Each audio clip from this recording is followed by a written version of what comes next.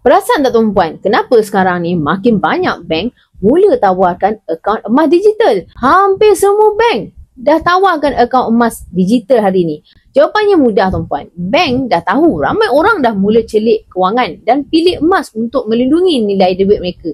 Tapi bila ramai beli emas fizikal, duit keluar dari bank. Apa kesannya? Bank akan kehilangan deposit, iaitu sumber utama untuk mereka jalankan produk pinjaman dan hutang.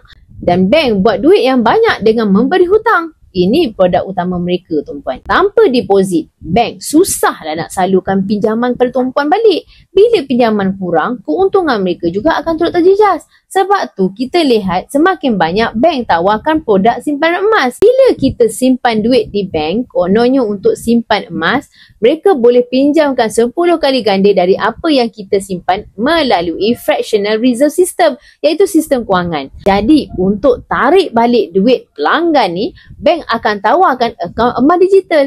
Konsepnya pelanggan beli emas tapi duit tetap duduk dalam sistem bank. Secara tak sedar, kita rasa kita simpan emas tapi sebenarnya kita masih duduk dalam sistem kewangan yang sama.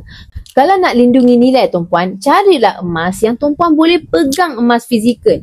Bukan sekadar angka atas skrin, iaitu digital. Bukan sekadar emas di atas kertas. Kita beli emas di bank tanpa emas tu yang berada di tangan sebab kononnya nak spread rendah dan harga lebih murah. Tetapnya bila nak fizikalkan, ianya akan jadi lebih mahal sebab mereka memang nak kita simpan duit dalam bank. Itu tuan-puan, nak simpan emas kena ada ilmu, bukan sekadar beli je. Kita akan rasa kita untung sedangkan kita masih terperangkap dalam sistem kewangan yang sama. Tuan-puan nak tahu tak siapa yang kontrol bank di dunia ni? Okey, tuan-puan buatlah kajian dekat GOOGLE tu. Apa orang ini cakap memang sangat betul. Baru ni ada seseorang yang simpan emas di bank. Dia kata dia dah untung RM1,000 lepas 2 tahun simpan emas di bank. Lepas tu, dia jual emas digital dia tu.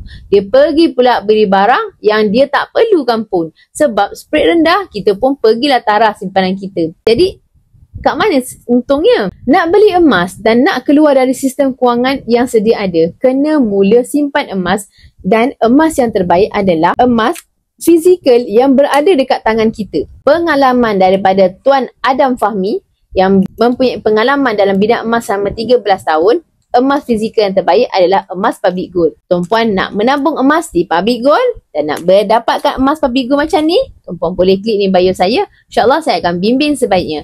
Emas, pasport kekayaan kita semua.